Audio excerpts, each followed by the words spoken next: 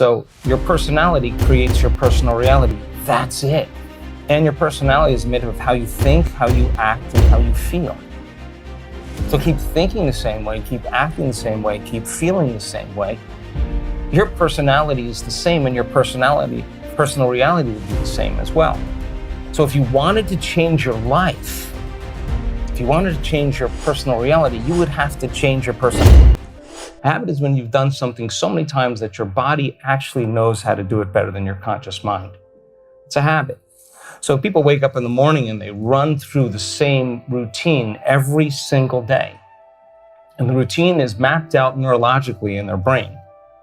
If they have the thought of the coffee maker, they make the choice to go over there. They do the thing to make the coffee. They have the experience of drinking it, and they feel the emotion associated with it. That becomes a pattern. It becomes more automatic. It becomes second nature.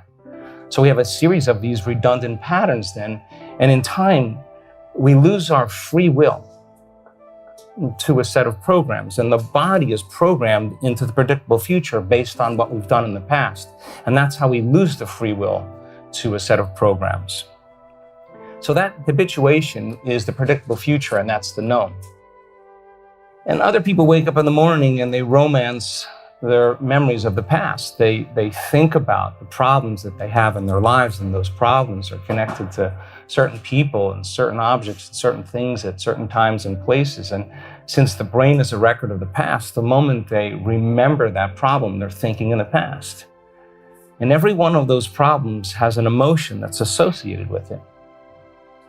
So the moment the person feels unhappy, the moment the person feels fear, the moment the person feels unworthy, the moment the person feels sad, now the body's in the past. Because thoughts are the language of the brain and feelings are the language of the body, and how we think and how we feel creates our state of being. And so it's that thought and that feeling, it's that image or that memory and the emotion, it's that stimulus and response that's conditioning the body to become the mind of that emotion. And now the body is so objective that it does not know the difference between the real life experience that's creating the emotion and the emotion that person is creating by thought alone. And the body's reliving the same past experience over and over again. And if we can't think greater than how we feel, or feelings have become the means of thinking, then we're thinking in the past. And if we believe that our thoughts have anything to do with our destiny, then our future is going to look a lot like our past. So that familiar past also is the known. And so what we discovered is that if you could teach a person to, when their body's sitting in a meditation, as an example, and it's off schedule, it's used to feeling angry at 8 o'clock in the morning because it watches the news. The person experiences traffic every day. They get 11 o'clock, they check their emails, and they start judging other people. You know, there's a set of familiar emotions that person has been living by. We discovered that if a person can sit past that memory, that they can sit past that emotion that causes them to get aroused, to get frustrated, to get impatient, that's the emotion that causes the person to quit. And they have this conclusion that they can't meditate, or they can't focus, or they have ADD. It's a story they tell themselves about the past. We discovered, though, that when a person sits past those thoughts that say, I can't, it's too hard, I'll never change, I need a brain scan, there's something wrong with me, it's my mother's fault. And they're curious to see what's on the other side of that thought. When their body gets aroused and frustrated, instead of giving up and saying, I have too many things to do, that they actually learn a way to settle the body back down into the present moment. And it's David versus Goliath. And every time we can become conscious that we get emotional, we get frustrated, we get impatient, and we settle the body down, we're executing a will now that's greater than the program, and the body is no longer the mind. The person is now becoming conscious of their unconscious self, and it takes an enormous amount of energy. It takes an enormous amount of awareness to stay present, because to stay present is to be in the unknown. That's when you can't predict the future, and that's not when you're remembering the past. And the unknown in the program that we have as biological creatures is a scary place. It's better to run from the unknown than to hang out in it. And yet when the person wants to quit and give up and their body wants to get up and do something and they catch themselves, that they do that and they bring their body back down into the present moment, that's a victory. And when the body gets frustrated and it's what wants to be the mind, and the person settles the body down, it's telling the body it's no longer the mind, that it's the mind. And that's taming the animal. That's taming the animal self. And the repetition of that over time causes the body to finally start to surrender into the present moment. And there's an enormous liberation of energy that takes place in the nervous system. And they're in the unknown and nothing scary, nothing dangerous happens to them. And all of a sudden they can be more present in their life. And where we place our attention is where we place our energy. And when you're in the present moment, you have a lot of energy and a lot of awareness. It turns out the people who stretch themselves past that point are the people that have the most change. They're curious to see what's on the other side of what's familiar and known.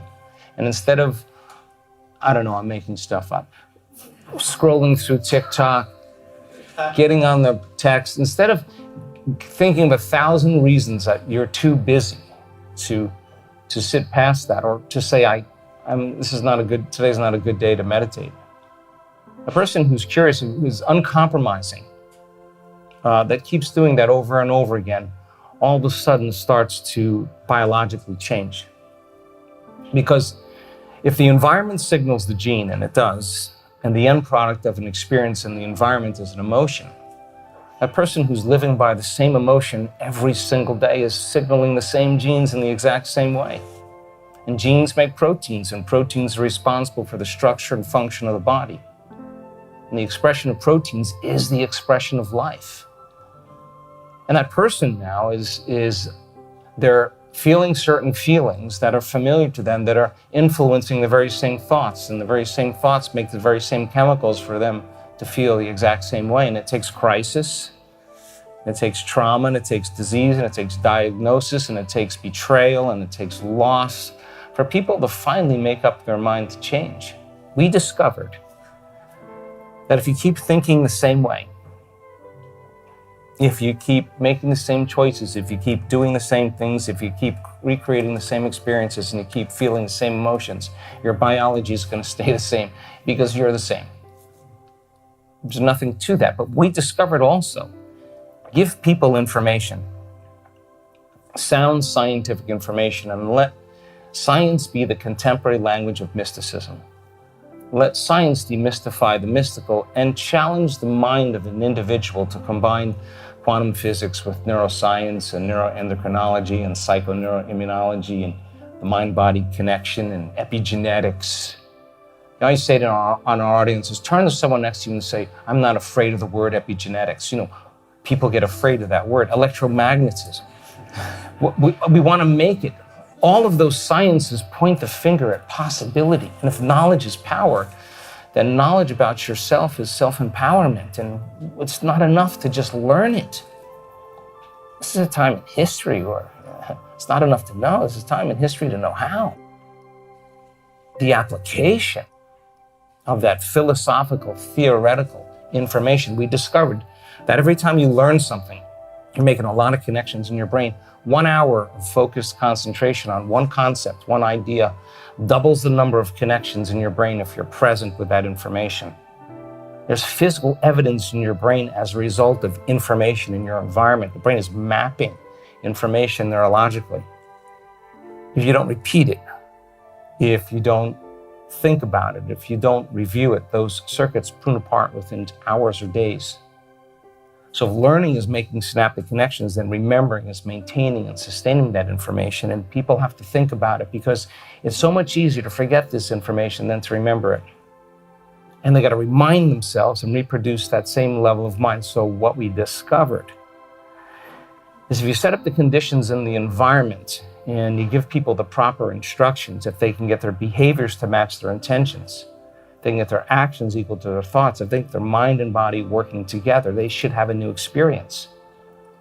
And the experience then causes jungles of neurons to be organized into more complex networks. That's what experience does. And we understood that the more the person can understand what they're doing and why they're doing it, the how gets easier, and they'll assign meaning to the act. And when they assign meaning to the act, they switch on the prefrontal cortex, the crowning achievement of the human being. And now the frontal lobe is all about business. It wants an outcome. And when that occurs and the person actually has the new experience, the end product of the experience is called a feeling or an emotion.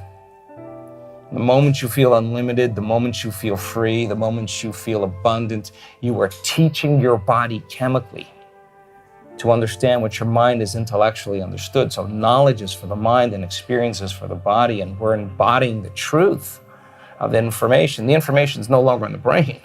The information is actually in the body now. And that information from that experience actually selects and instructs new genes. And the person's changing their genetic destiny. If you've done it once, it must mean you should be able to do it again. And doing it over and over again, neurochemically, neurologically and chemically, begins to condition the mind and body to begin to work as one. And when you've done it so many times that you no longer have to think about it, it's automatic, it's second nature, you've mastered that knowledge, you've become that knowledge. You're in a new state of being. It's innate in you. It's who you are. So to answer your question, we got to go from philosopher to initiate to master, from knowledge to experience to wisdom, from mind to body to soul, from thinking to doing to being, to learning it with your head, applying it with your hands, knowing it by heart, to believe, to behave, to become. And I can sit up here with you and I can tell you that in 7 days, if people go all in and they immerse themselves in the content, when they emerge at the end of 7 days, their biology has changed so much that it looks like they're living in a whole different life, a whole different environment. And they're making pharmacies of chemicals that work better than any drug, that we've actually mapped them, we've discovered them. It doesn't matter how old you are, doesn't matter how young you are, doesn't matter how sick you are, doesn't matter how healthy you are, how rich, how poor, it doesn't matter. None of that matters. And when you get collective groups of people together doing it all at once, we discovered that people change people. And the only way we're going to change this world is we got to change us. People have to change. And when enough people change, I think that's the moment that who we are as a species of human beings begins to awaken. You know, the part of us that's kind and caring and loving and present and honorable and noble and empowered and giving and caring and healing. That's who human beings are when they're not living in stress and living in survival. Get a group of people doing that collectively, and I can tell you all kinds of crazy things not only go on in a person's biology, but in the energy of the room. And I want people to know that they're greater than they think, that they're more powerful than they know, that they're more unlimited than they could ever dream. And all I want to do is give people my greatest understanding of the truth, and then numerous opportunities to experience it. And sooner or later, they'll run into something really big. And they start believing in their future more than they've been believing in their past. And the side effect of that, then there's outcomes, miracles, that has changed my belief about possibility in the last 2 years. I'm not the same person because the people that are doing it look just like you. And they come from all over the world. And yeah, a lot of them had to go up against their own health conditions. And they stood on the stage at one point with stage 4 cancer, no evidence of stage 4 cancer. Not once, not twice, not 3 times, not 4 times, numerous times. That's the 4-minute mile. That's somebody breaking through a certain level of consciousness or unconsciousness. And let me tell you, no drug, no radiation, no surgery, no diet was changing their condition. And they realized that nothing changes in our life until we change. And when you change, your life should change. So I want to give people the tools to actually experiment with it to see if it's the truth.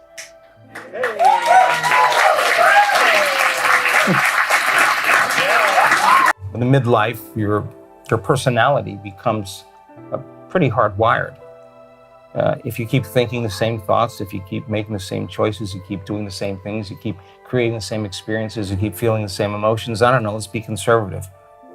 You do that for 10 years. You would have to agree with me then that it would become more automatic, it would become more unconscious.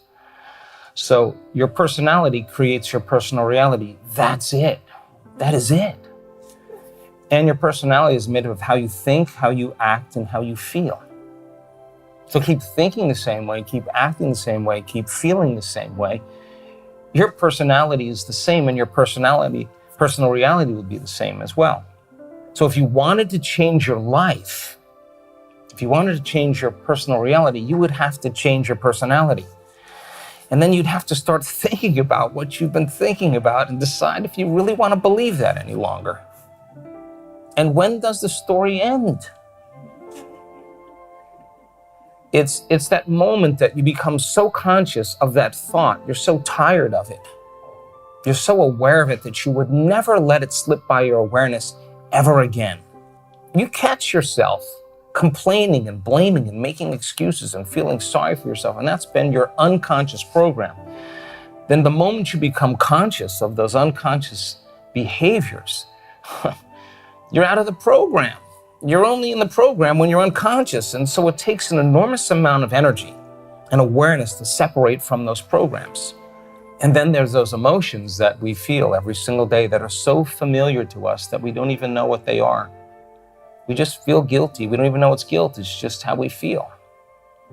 And the stronger the emotions that we have to experiences in our life, the more altered we are inside of us. When the chemistry changes inside of us, the brain narrows the focus on the cause and takes a snapshot or a series of snapshots, and that's called a long-term memory. And so then it makes total sense then that a person, by every time they relive that event in their life, they're making the same chemistry in their brain and their body, and their body's literally believing it's living that experience over and over again. And now the body's so in the past that it's the mind of the past. So then the act of becoming so conscious that you don't go unconscious is a changing of consciousness. How many times do we have to forget until we stop forgetting and start remembering? That is the moment of change. And I looked up the word meditation. I looked it up. I wanted to know what that symbol meant, and it means to become familiar with, to become so conscious of your unconscious self, to know thyself so well that you don't default back to that old personality. That's a set of hardwired thoughts and attitudes and beliefs, automatic habits and behaviors, and emotional responses that are equally as automatic. And the hardest part about change is not making the same choices you did the day before. And the moment you decide to make a different choice, I got news for you. Get ready, it's gonna feel uncomfortable. It's gonna feel unfamiliar. There's gonna be some uncertainty. There's gonna be some unpredictability. You're not complaining any longer. Your body's gonna go, well, what have you been doing for the last 30 years? You're just gonna stop today? We've manufactured all these chemicals so easily, and the body's gonna start craving those emotions. And it's going to signal the brain to do what? Think the same thought. Why? So it could make the same choice, so it can do the same thing, so it could create the same experience, so it could feel the same emotion. The person says, this feels right to me. No. It feels familiar to you. So the 95% of the personality that is on automatic pilot, to know thyself, we discovered that you don't walk around pretending to forgive. That's not what it's about. Is you sit in the fire in the meditation and you keep working and selectively deciding what thought you do want to believe. And when it's the hardest, matters the most. If you were really, truly, truly ambitious about your life, you would say before you got up in the morning, I'm going to remind myself of who I no longer want to be, how I'm not going to think, how I'm not going to act, how I'm not going to feel. I know it's going to be uncomfortable, but let me just, when I step in that river of change, that biological, that neurological, that chemical, that hormonal genetic death of the self, let me help myself here. What thoughts do I want to fire and wire in my brain? And with attention and with intention. If a belief is just a thought you keep thinking over and over in your brain, you can begin to install neurological hardware in your brain. Keep doing it, and the hardware becomes a software program, and the side effect of that is that's a new voice in your head. No magic there. If you said, how am I going to be with my ex? How am I going to be with my coworker? How am I going to be with my kids? What would greatness look like today? What would love do today? And if you closed your eyes and you rehearsed the scene, the act of mental rehearsal, just imagining something, the brain when it's present doesn't know the difference between what the person is imagining and the real life experience. And the brain is changing to look like the event has occurred. Keep installing that hardware and all of a sudden it'll become a software program and you might actually start acting like a happy person. No magic there either. You primed the brain for that behavior. You installed it. This is the hard part for most people. Can you teach your body emotionally what the future will feel like before it happens? That means you're not waiting for your wealth to feel abundant. You're not waiting for your success to feel empowered. You're not waiting for your new relationship to feel love. You're not waiting for the mystical experience to feel awe. You're not waiting for your healing to feel gratitude. That's the old model of reality of cause and effect. Wait for something outside there to change, to take away this lack or separation or emptiness that I feel inside me.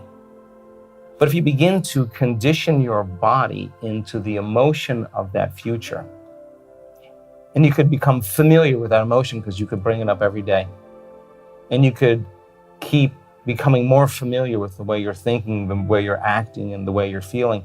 If you actually feel the emotions of your future before they happen, you'll never look for it. Why would you look for that future if it felt like it already happened? Get ready. I'm telling you, get ready because weird things are going to happen in your life. The side effect of that is the synchronicity, the serendipity, the coincidence, the opportunity, the unusual event that causes you to do the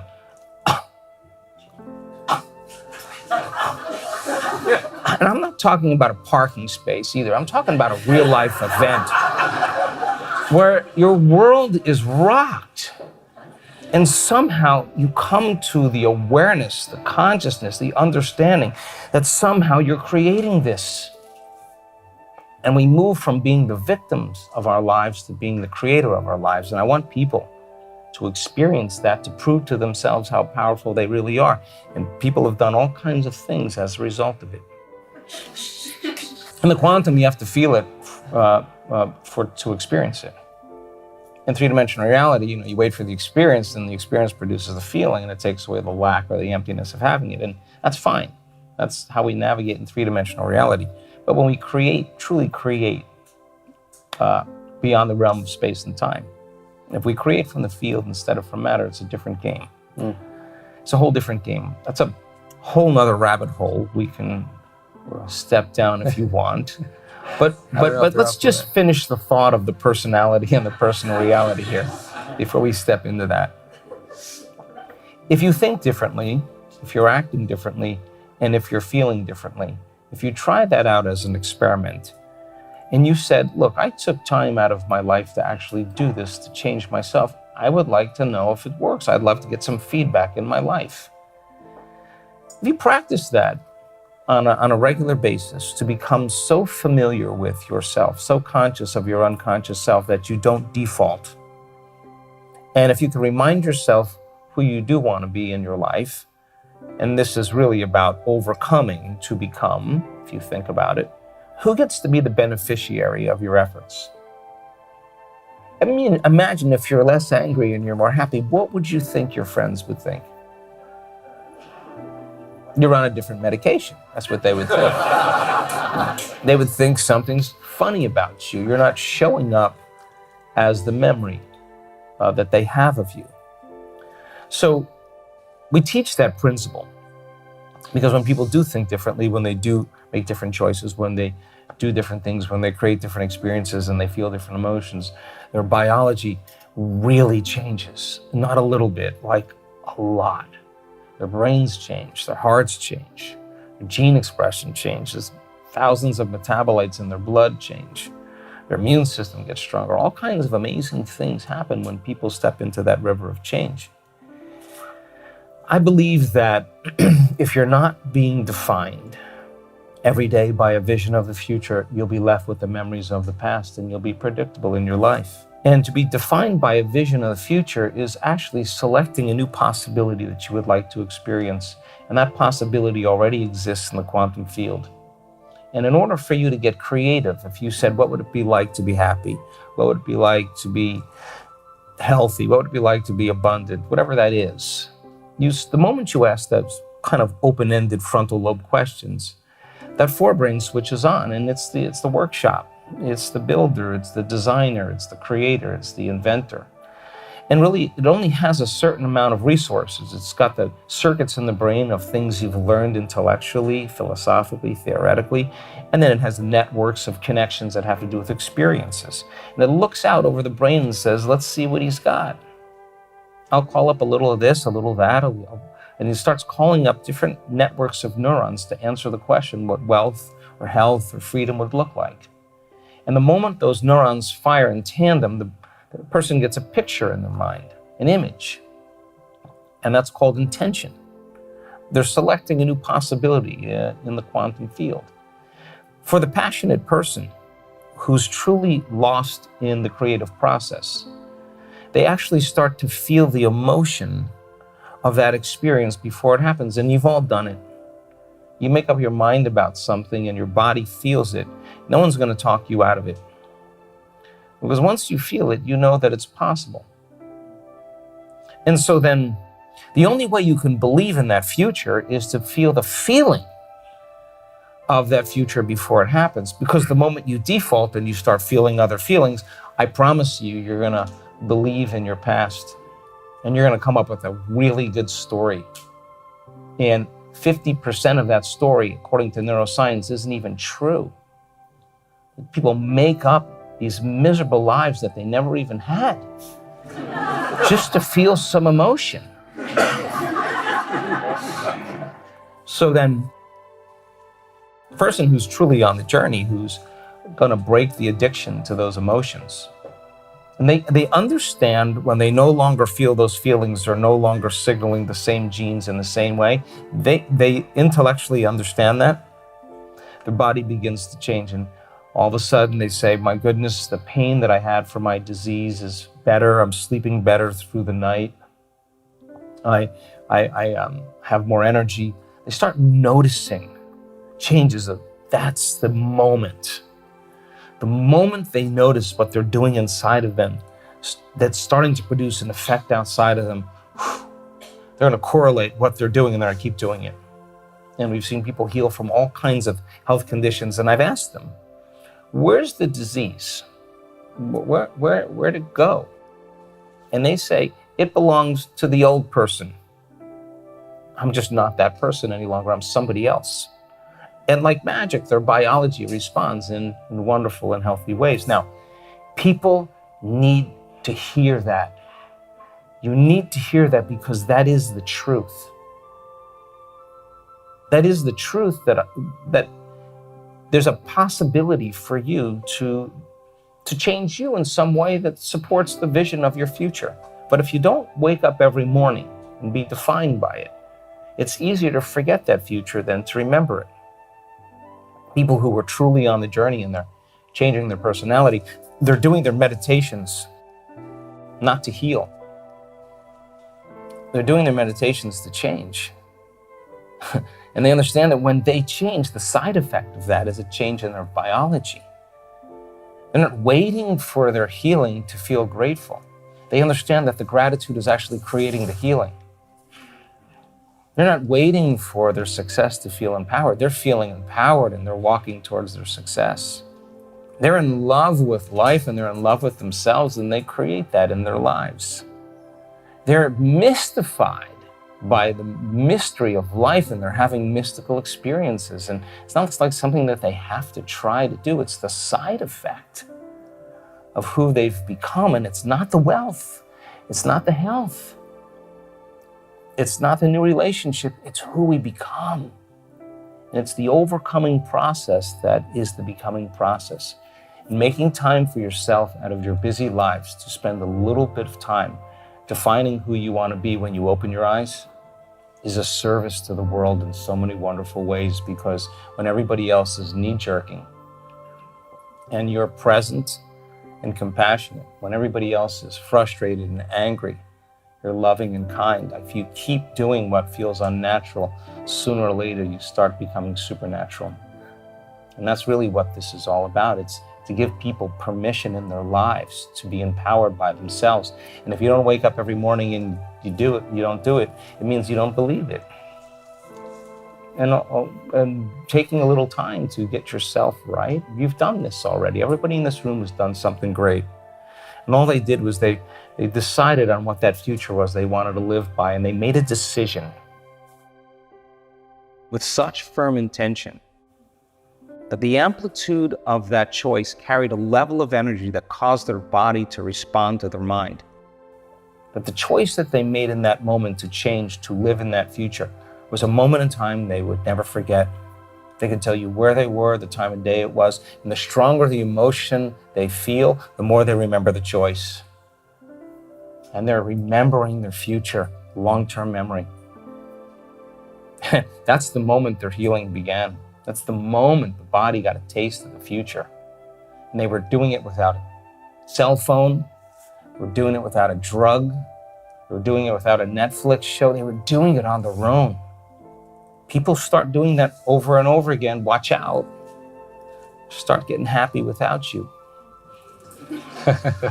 Every person, every object, everything, every place that you've ever been is mapped neurologically in your brain. Your brain is a reflection of the environment. It's an artifact of everything you've experienced in your life. If we're not defined by a vision of the future then, and we're left with the old circuitry of the past, it makes sense that the moment you open your eyes and your senses plug you into three-dimensional reality, the moment you see the same person, you see that person based on the memory you have of them. And that memory you have of them is associated with an emotion. And you see another person, and you go to another place, you do another thing. And now it's no longer that your personality is creating your personal reality. It's your personal reality is actually creating your personality. Your environment is actually controlling, on some level, how you're thinking and how you're feeling by your senses giving you information based on the past. Come on, are you with me? Did you say no? I hear a no there? Every person, every object, everything, every place in your life is mapped neurologically in your brain. You meet somebody for the first time, you say, who are you? Oh, I'm this person, and I know these people. I own these things, and I lived in these places at these different times. I lived in that place during that time. I know those people. Oh, well, hey, you know how that goes. So you have a neurological network for your boss. You have a neurological network for your partner. You have a neurological network for your cell phone, for your car, for everything that's known in your life. Everything that you know about in your life is mapped neurologically in your brain. So when people wake up in the morning and their senses plug them into three-dimensional reality, their environment is controlling the majority of the way they're thinking and feeling. In fact, they need the environment to feel something. And now we're at a point where there's a lot of things that are causing us to think a certain way. And so then the person has a good day. What do they say? I feel pretty good. Had a good day. But when something goes wrong, when a person or circumstances change their state and now they feel bad, and you say to them, why do you feel this way?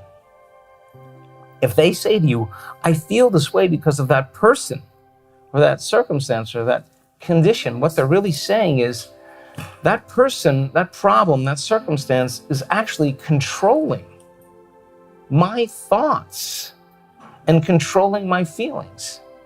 And anything that's controlling our feelings or our thoughts or controlling us, we're victim to. Yes or no? Now, the stronger the emotion you have towards that person or the problem, the more you pay attention to it or to that person. And where you place your attention is where you place your, and you're giving your power away to that person. They're taking up your vital energy to change. And when a person is sitting in a fire and their body's raging and they're trying to blame everybody, and that person is lowering the volume to that emotion, and they keep lowering the volume to that emotion, and the hardest part of every war is the last battle, and they lower the volume to that emotion. Finally, the body realizes it's no longer the mind, that the person is the mind, and there's that liberation of energy. The moment they overcome that emotion, they'll take their attention off that person or problem, and now they're calling energy back to them. And they're building their own electromagnetic field. There's energy to heal now. There's energy to create. There's energy for the mystical. And the side effect of that, getting out of those survival states, those emotions of survival, is the heart begins to open. And we've discovered the moment that heart starts feeling that energy, it is the creative center, and like taking a big blanket and going like this, it informs the brain right away. It's safe to create. It's safe to have a vision. When you get people really good at synchronizing their heart to their brain, they get super creative. In that state, we call relaxed and awake. Relaxed in the heart and awake in the brain is so much better than stressed out, unconscious, and living in a program. And it turns out you can teach people how to do that in 7 days. So then to change then, it would make sense then that you'd have to be greater than your environment. Yes or no? Yes. Because you can't respond in the same way, because if you do, you default back to the old person. Yes or no? So to change is to hold a vision in spite of environmental conditions, in spite of that state, and not fall from grace. And if the body's been conditioned to be the mind emotionally, and it's been habituated into a future, then it means to change is you have to overcome your body.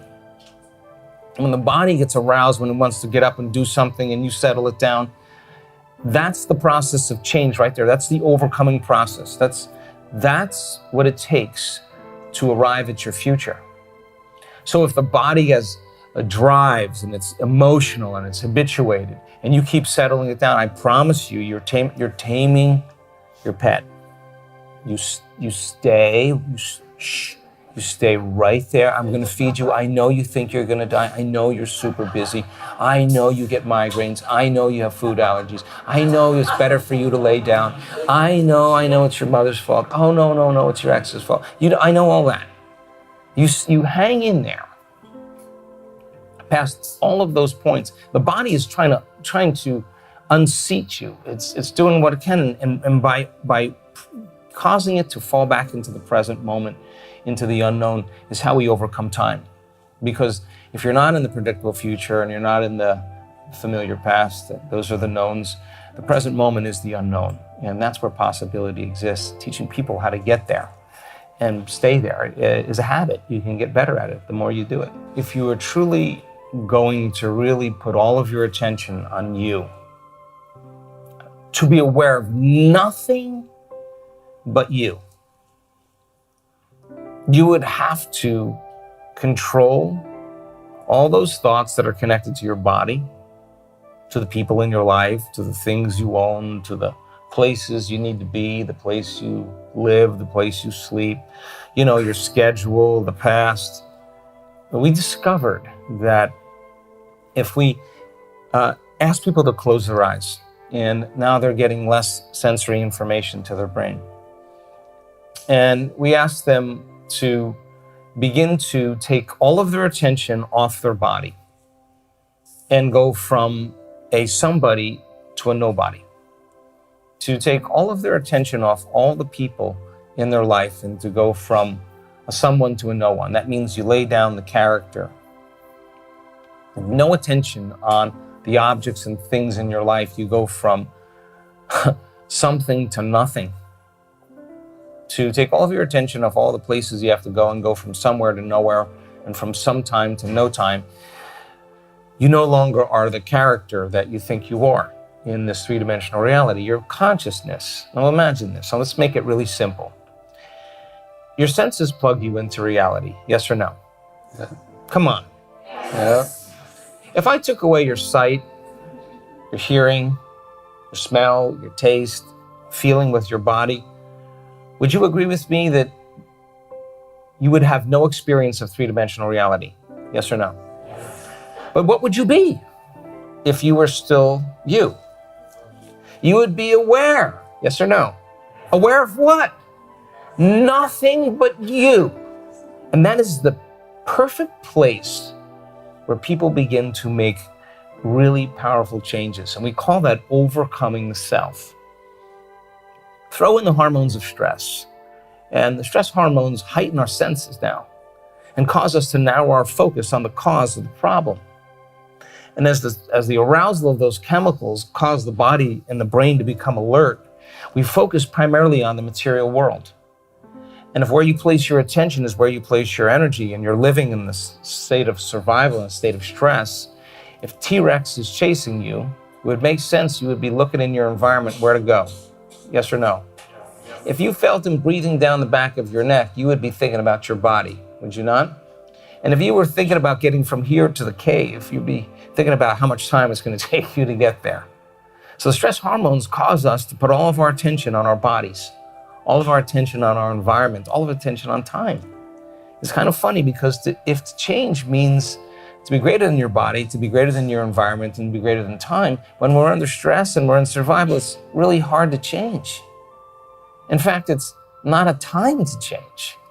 It's a time to run, fight, and hide. And people spend up to 70% of their waking day living aroused by those stress hormones. So aroused that they become addicted to the rush of those chemicals, and they use the problems and the people in their life to reaffirm their addiction to that emotion. And they're becoming addicted to the life they don't even like. And those chemicals are powerful chemicals that change the brain and body dramatically. We move out of homeostasis, we move out of balance. The body's mobilizing all of its resources for whatever danger it's perceiving in the outer world. The problem is that you have one or two of those experiences and then you start expecting them to happen. When you're under stress, you're always preparing yourself for the worst case scenario in your mind. Prepare yourself for the worst. Anything less happens, you have a better chance of surviving. So people that all of a sudden start imagining the worst things that could happen to them in their life, and they embrace the emotion that's associated with it. And it's the thought and the feeling, it's the image, the emotion, it's the stimulus and response, and they're conditioning their body to become the mind of anxiety. And you keep doing it over and over again, the body will have a panic attack without you. Try as you may to control it with your conscious mind. You programmed it subconsciously. And no planet that's 92 million miles away from here is causing you to be that way. I can tell you that. It's not cucumbers and it's not gluten either that's doing that to you. You're doing that to you. And so, in living in stress and living in survival, the stress response is created when we can't control something, when we can't predict something, when we have the perception that something's going to get worse. And all of a sudden, the arousal causes us to do what? Try to control, try to predict, try to make everything right. And so, in the aroused state, the brain is in very, very high frequency. And it's shifting its attention from one person to another object, to another thing, to another place. And every one of those different elements has a neurological network in the brain, and like a lightning storm in the brain starts firing out of order, starts firing really disintegrated, it's firing incoherently. And when waves are interfering incoherently, they lose energy. And we lose energy in the brain. And when we're under the gun of those chemicals, we narrow our focus, we over-focus, we obsess about something, and you have 10 really great things that happen in your life and one doesn't work, and you'll obsess about that one thing. In the state of readiness, in the state of survival, the brain is always trying to predict the next moment based on the past. There's no room for the unknown for a person in their life, and everything now They have to see it, they have to smell it, they have to taste it, they have to feel it. Their senses are defining reality. And they're narrowing and narrowing their focus. And we just discovered that if we taught people to take their attention off of everything that's material, everything that's known in their life, and go from this kind of what we call a convergent focus or a narrow focus to broaden their focus and open their awareness to nothing. Now, I don't know how to explain nothing to materialists, but there's nothing there. And how big is emptiness or nothing? I don't know. But when people begin to broaden their focus and begin to sense space, the act of sensing, the act of feeling causes them to stop analyzing and thinking. And if they stop analyzing and stop thinking, they no longer activate those circuits in their brain that keep them in that state. And the brain starts to unify, it starts to synchronize, it starts to fire more coherently, it starts to organize in really healthy patterns, and what syncs in the brain actually links in the brain. And so when we have people open their awareness to space, and they pay more attention to it and less attention to them, they stay more aware of it and less aware of them, that they can lose their sense of identity, their sense of self to nothing. Their brain waves beautifully change in really, really wonderful ways, and the whole entire brain is now a symphony. And some people can get so good at this that they could actually let their body move into a light sleep. And it's resting in a light sleep while they're awake and conscious. And the door between the conscious mind and the subconscious mind is wide open to information. But now they're sitting there with their eyes closed. They're not getting any information from the environment. They're in a meditation.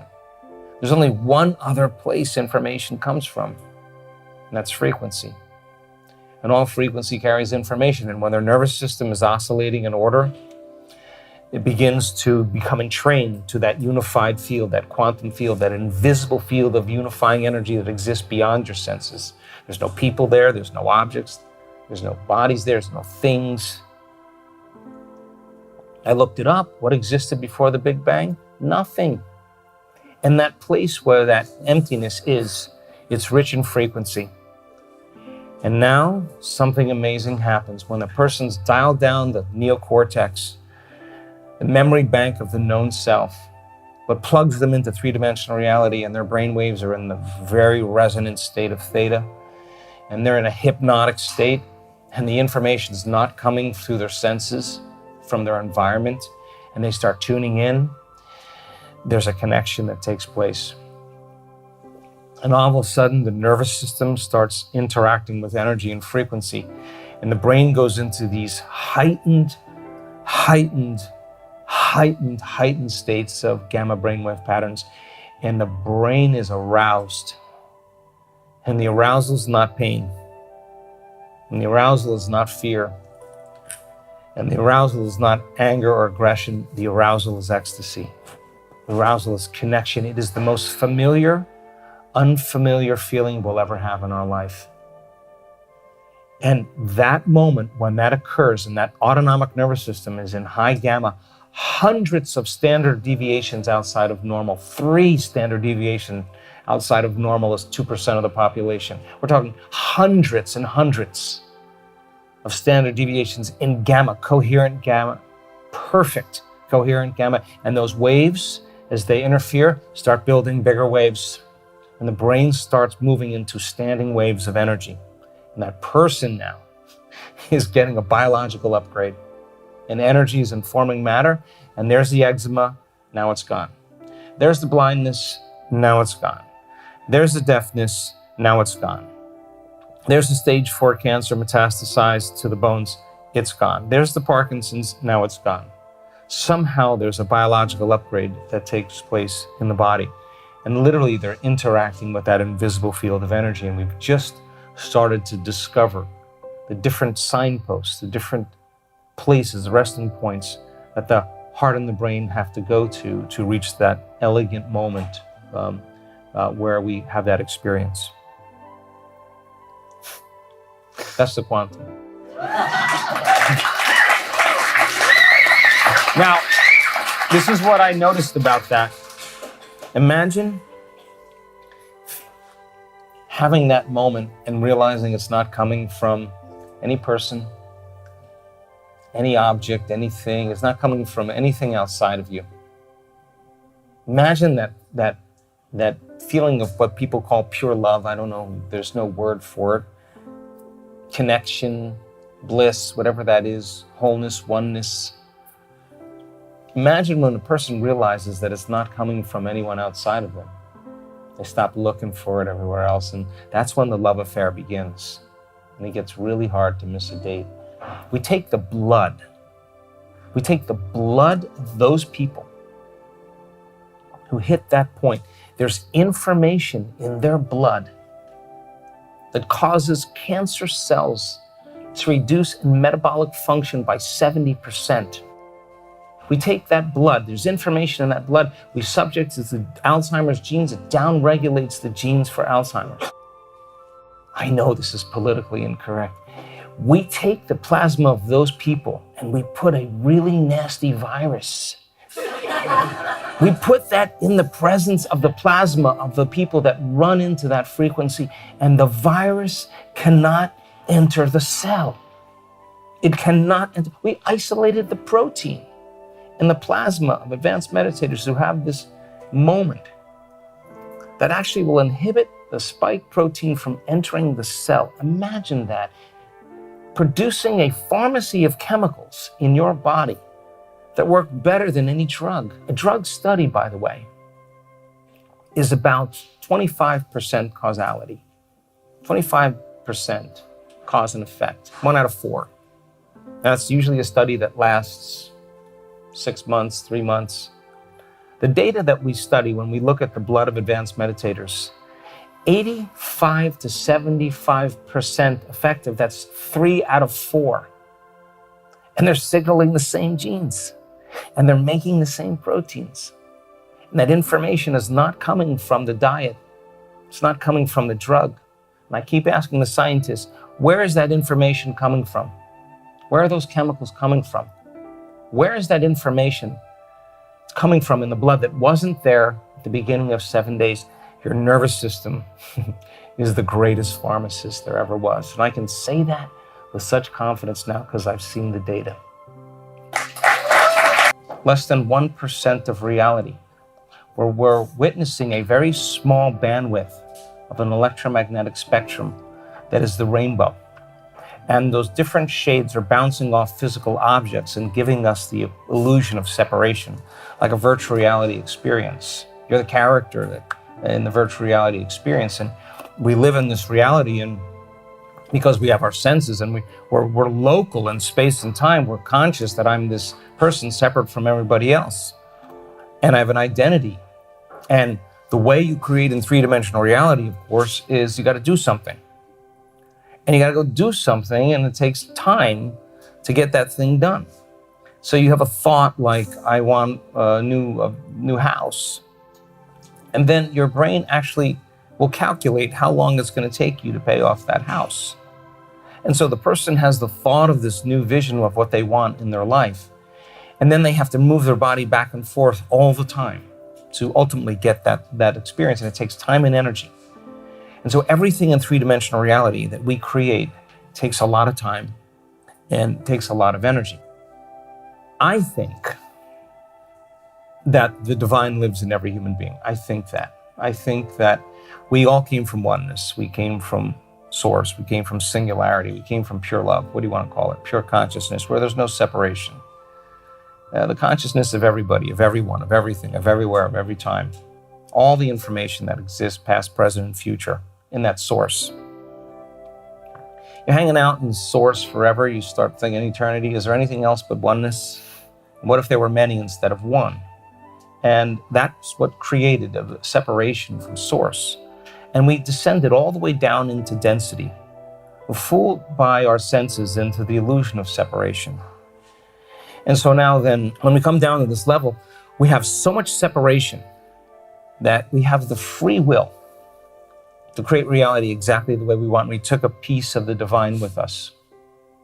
And we become so immersed in this less than 1% of reality, because where you place your attention is where you place your...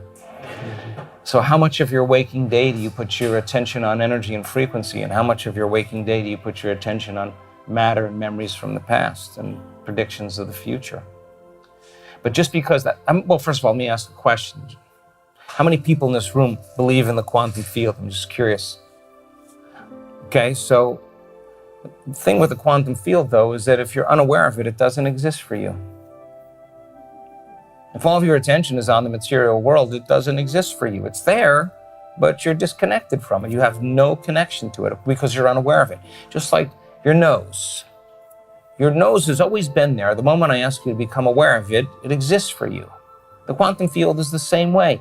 It's this invisible field of energy that is the full spectrum of all frequencies. And as you get closer and closer to greater frequencies, there's greater levels of experience that we get to have that has nothing to do with this three-dimensional reality. So in this three-dimensional reality is called space-time. And it's called space-time because it's got an infinite amount of space. I looked it up. Space is actually accelerating now. It's not just expanding. If we have infinite space, and we experience time by moving through space from one point of awareness to another point of awareness. Nothing wrong with that, but if you truly want to pass through the eye of the needle and enter that realm called the quantum field, you can't take your body. You can't take the character. You got to pass through the eye of the needle into that realm called time-space, that quantum as pure consciousness. You gotta leave the identity, the character behind, and the moment the person becomes nobody, no one, no thing, nowhere, and no time, and they can linger in that vacuum, in that emptiness, without a name, without a face, without a profession, without a past, without a disease. They can just hang out as pure consciousness. It is very fertile ground. Brain and the heart get highly organized, and all of a sudden the rules change, because in the realm of time-space, the quantum, there's an infinite amount of time. Now, I know that's hard to imagine, but think about it like this. How many things could you get done if you had all the time in the world? I'm curious. How many? If you had all the time in the world, how many things could you get done? An infinite number of things equal to your imagination, yes? That's the quantum, but there's no objects, there's nothing physical. It's energy, it's frequency, it's vibration. It's information, it's consciousness, it's thought. And every thought in that realm has a frequency. So that when people begin to lay down the character in the virtual reality experience and become pure consciousness, they have to reframe their thinking once they enter that vacuum, and it takes practice to realize you're not your body. You think when you're there, there's you, and then there's not you. That's not even correct. There's no separation. And continuously surrendering some aspect of your limited self to join your greater self, to lose your sense of self to nothing, to dissolve into that infinite sea of blackness and become more of it and less of us. When we do that properly, we run into something really, really big, information. But the information, as I said, is not coming from this very small percentage of reality. It's coming from frequency that your nervous system's processing. There's a latent gland in the brain called the pineal gland that's a transducer. And a transducer is like a radio receiver. And every time we look at the scans of people who are connected, that part of the brain is on fire in their brain. That radio receiver is switched on, and it's transducing frequency into very profound imagery in their brain, just like a TV antenna. And there's an upgrade that takes place in melatonin. The mystical chemicals. Melatonin is a function of light and lightness and darkness. Serotonin and melatonin are a circadian pattern that takes place brain chemistry-wise where? Here, in three-dimensional reality. When there's light, we make serotonin. When there's darkness, there's melatonin. But now the person's connecting to information, and it's not coming from their environment. It's a frequency that's faster than the speed of light. It's quantum. Things are connected there. And when that person experiences that frequency, that connection, the pineal gland begins to manufacture chemicals that are derivatives of melatonin. Melatonin can't be melatonin any longer. It's interacting with a frequency that's different than light. And now melatonin makes really powerful antioxidants, anti-cancer, anti-aging, anti-heart disease, anti-stroke, anti-neurodegenerative, antimicrobial, anti-inflammatory. Melatonin already causes you to relax. Now you are going to chill way out. It's going to turn into a benzodiazepine. You're going to make Valium, natural Valium in your brain. And Valium does what? Shuts the lights out in the amygdala. What's that? The survival center. No fear, no anxiety, no pain, no aggression, no anger, no frustration. Take that molecule and tweak it again. Melatonin already helps you to sleep. Ooh, now you're going to hibernate. Oh, first center, sexuality. Second center, appetite. Third center, preoccupation with the environment. The body goes into stasis. The body metabolically changes. We're discovering this. Take that molecule, tweak it again. You create the same chemical found in electric eels. And what do electric eels do? They amplify energy in their nervous system, and these high amounts of energy in the nervous system are very highly correlated with what we think those chemicals are. Take the molecule, tweak it again. Melatonin already causes you to dream, but this isn't a dream. All of a sudden, you make the most powerful hallucinogenic known to man, and all these 5 derivatives fit into the same receptor sites as serotonin and melatonin, but the brain is cranking with different information, and the person's having a full-on sensory experience without their senses.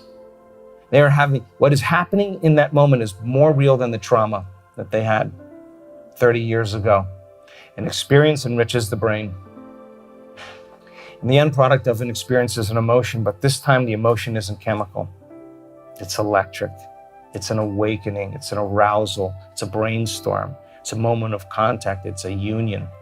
And that arousal causes the person to wake up in that dream, wake up in that reality, and there are an infinite number of those realities. No different than looking in a dressing room through 2 mirrors and you see an infinite number. There's infinite number of realities, and it's so important for us to realize that we're not linear beings living a linear life. We're dimensional beings living a dimensional life, and it just takes practice to activate that little gland in the back of your brain, and we work really hard on demystifying it. It has little crystals in it that when compressed, they begin to create a polarity in the crystals that create an electromagnetic field. There's the same passion that people have to be successful, to be an artist, to be an athlete, to be a musician, to be a business person, the same passion that they have in their life to achieve what they want. I want them to do that for themselves. Turn it in and have that be something that they really want to experience. And we've just been so lucky to capture brains in that moment. And people, I can't make the stories up. It's just impossible. The person is having a profound change, and when they come back to their senses, it becomes them and they become it in some bizarre way, and their spectrum of reality begins to broaden. They start to see what always existed, but they just didn't have the circuitry to perceive it until they had the upgrade, not from inside the virtual reality headset. They took the headset off. They got the upgrade from the information from the field.